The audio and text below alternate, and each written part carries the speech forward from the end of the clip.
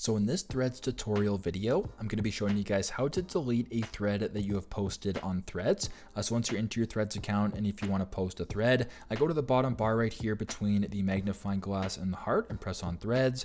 I'm going to say, this is a cool thread, right? That's my first awesome thread. I'm going to go ahead and press on post.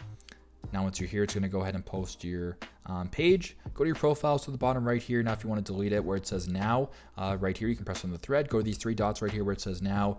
Press on that. Go to head where it says delete at the bottom where it says red. Press on delete. Press on delete again. And there you go. That is how to delete a thread that you have posted on Threads. I hope this video helps. Thanks again for watching.